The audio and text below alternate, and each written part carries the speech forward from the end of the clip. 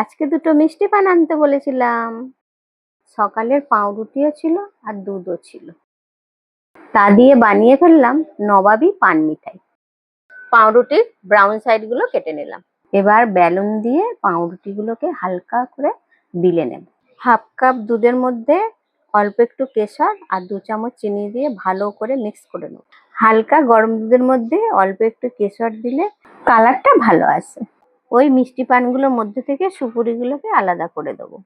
তারপরে মিষ্টির মশলাগুলো আলাদা করে দেবো। তারপরে মিষ্টি পানটাকে ঝিরিঝিরি করে কেটে নেব। জানো মা, যখন আমি পান আনতে গেছিলাম বাপি আর আমি, তখন একটা পানের দোকানে বলছে মিষ্টি পান নয়, এমনি ঝাঁঝি পান বা মিষ্টি পানের মশলা দিয়ে সাজিয়ে দেবে, দিয়ে 30 টাকা নেবে।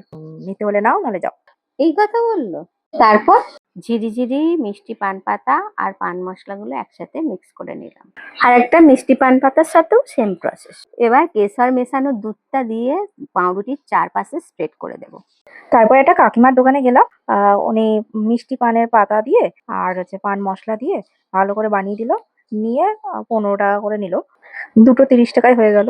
আমার মেয়ে বুঝদার হয়েছে তাহলে। মিষ্টি পান পাতার পান মিশ্রণটা পাউরুটির মাঝখানে সাজিয়ে দিয়ে তার ওপরে একটা পাউরুটি ঢেকে দেবো। ঢেকে দিয়ে দুধের মিশ্রণটা ধারে ধারে দিয়ে চেপে দেবো। এই মিষ্টিটা ঘরে যা ছিল তাই দিয়েই হয়ে গেল বলো মা, শুধু পানটা আনলাম ব্যাস।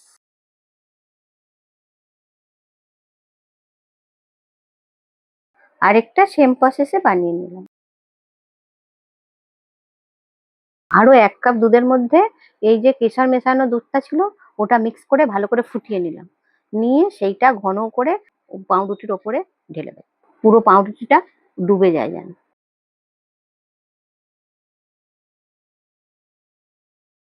এর উপরে কেশর ছড়িয়ে এবার সার্ভ করার পালা। দেখতে কিন্তু ব্যাপক লাগছে বলো, আর কেশরের গন্ধটা উফ, মোমো করছে।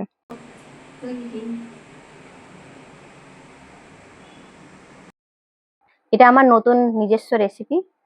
আপনারা বানিয়ে খেয়ে দেখুন কেমন লাগে। যদি ভালো লাগে তাহলে আমি এরকম মিষ্টি নতুন নতুন বানিয়ে আপনাদের আরো দেখাতে পারি।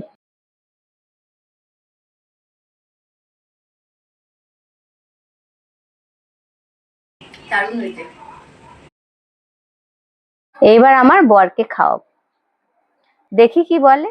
খেয়ে দেখো তো কেমন হয়েছে। রাজশাহী পান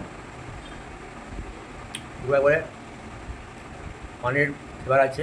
রাজশাহী পান দারুণ লাগছে কিন্তু নবাবী পান দাঁড়ে।